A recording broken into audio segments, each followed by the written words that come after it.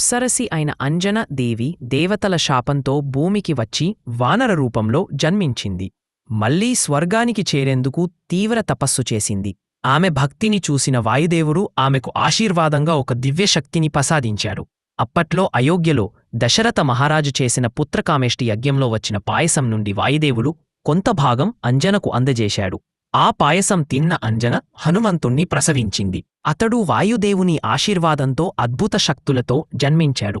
అందుకే ఆయనను వాయుపుత్రుడు అంటారు. చిన్న వయసులోనే హనుమంతుడు సూర్యుడిని పండుగా భావించి ఆకాశంలోకి ఎగిరిపోయాడు. ఇది చూసిన ఇంద్రుడు వజ్రాయుధంతో అతనిపై దాడి చేసి అతన్ని గాయపరిచాడు. వాయుదేవుడు కోపంతో ప్రాణవాయువును ఉపసంహరించడంతో జగత్తు స్తబ్దమైంది. దేవతలు కలిసి హనుమంతుడిని జీవితం కలిగించి అనేక వరాలు ప్రసాదించారు. అతడు అనంతరం శ్రీరాముని భక్తుడిగా, ధైర్యశాలి, బలవంతుడిగా రామాయణంలో కీలక పాత్ర పోషించాడు.